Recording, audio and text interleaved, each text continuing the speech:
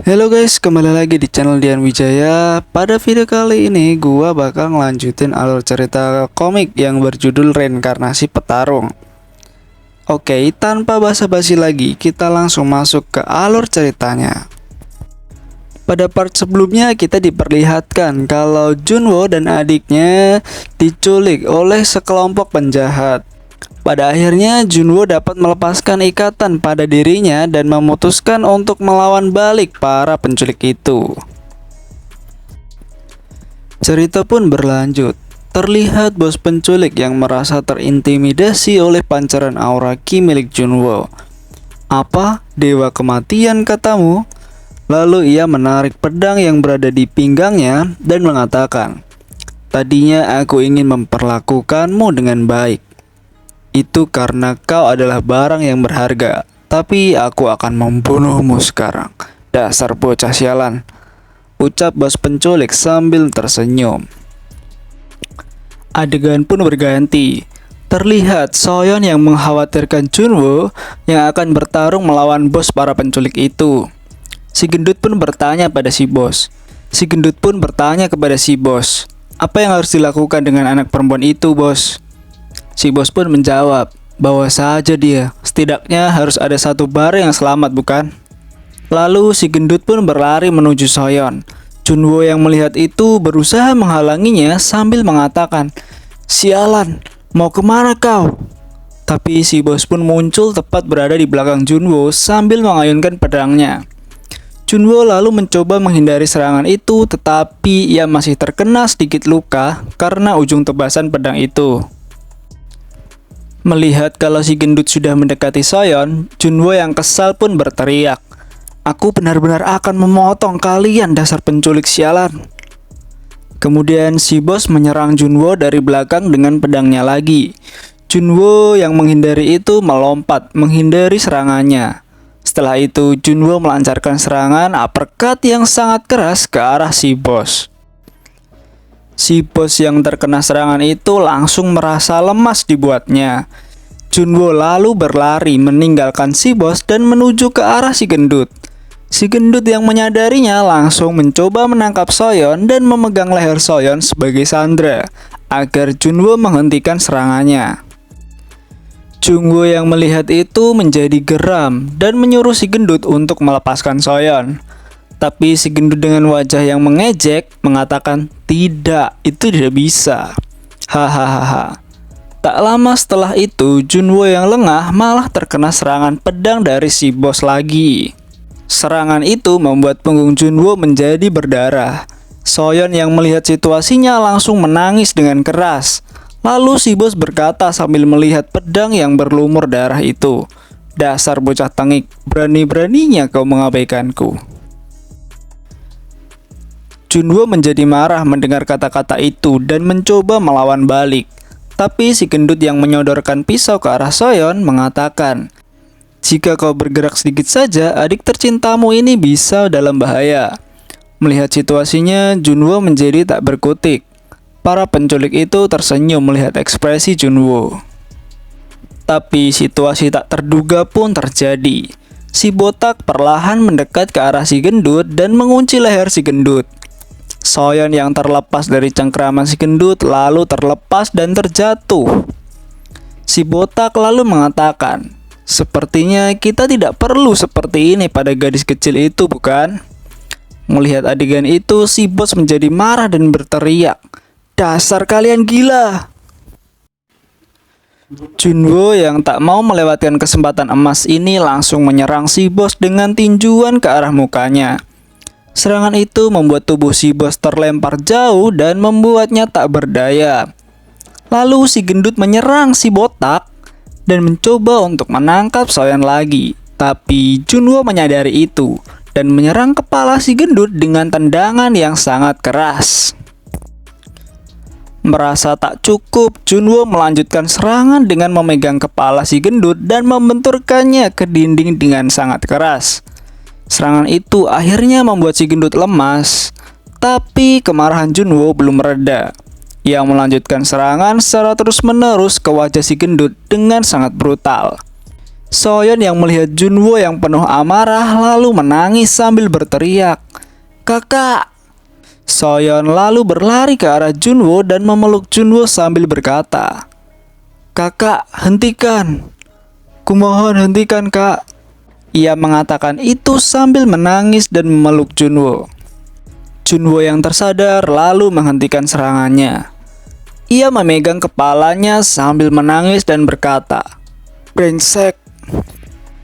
Tak lama kemudian, prajurit bayangan dan ayahnya Junwo tiba di lokasi diculiknya kedua kakak beradik itu.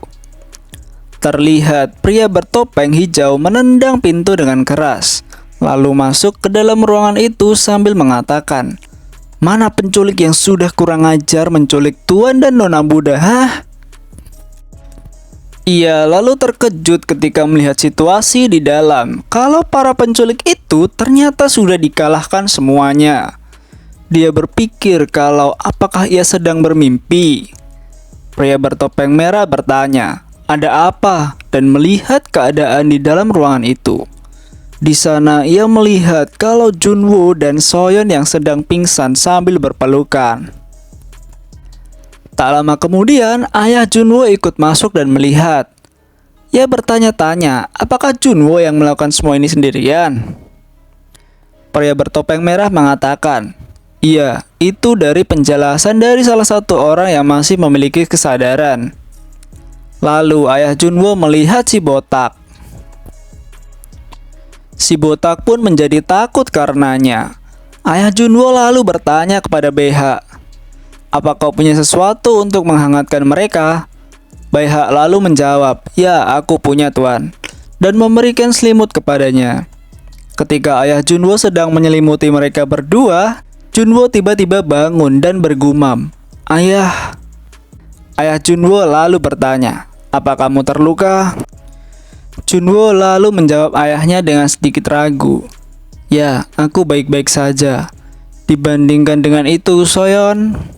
Ayah Junwo lalu melihat luka pada Junwo dan mengobatinya. Ayah Junwo melihat ke arah Soyeon dan merasa lega karena Soyeon tidak terluka. Lalu Junwo berkata pada ayahnya sambil memasang wajah yang sedih, "Aku tidak bisa melindunginya. Aku marah dan tak terkendali ketika melihat Soyeon yang menangis. Ayah, aku..."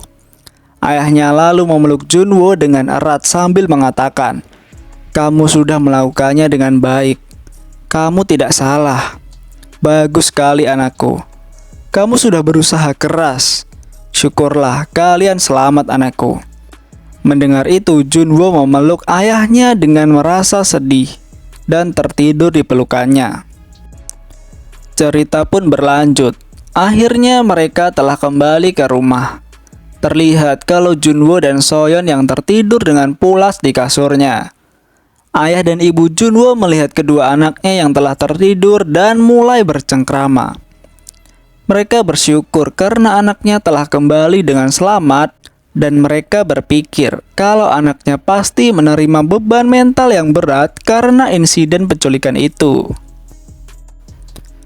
Ayah Junwo berpikir kalau ini adalah kesalahannya. Dia berharap masalah ini tidak meninggalkan luka yang besar pada mereka. Lalu prajurit bayangan memberitahu kepada keduanya kalau para penculik itu telah diserahkan pada pihak yang berwenang. Mendengar berita itu, ibu Junwo menjadi senang dan berpikir kalau ia harus menyiapkan teh yang hangat yang dapat menenangkan hati mereka jika mereka sudah bangun nanti. Ayah Junwo yang mendengar itu mengatakan, "Itu terdengar bagus." Lalu ibunya pun pergi untuk menyiapkan teh. Tak lama setelah itu, salah satu prajurit bayangan melapor pada ayah Junwo. "Seperti yang diperintahkan, saya telah mengatur agar Nyonya tidak mendengar cerita soal Tuan Muda. Tapi sebenarnya Tuan Muda itu, bagaimana dia bisa sekuat itu?" Ayah Junwo lalu menjawab, "Kerja bagus. Untuk itu aku juga tidak tahu. Tapi apapun yang dikatakan orang, bukankah dia tetap anakku?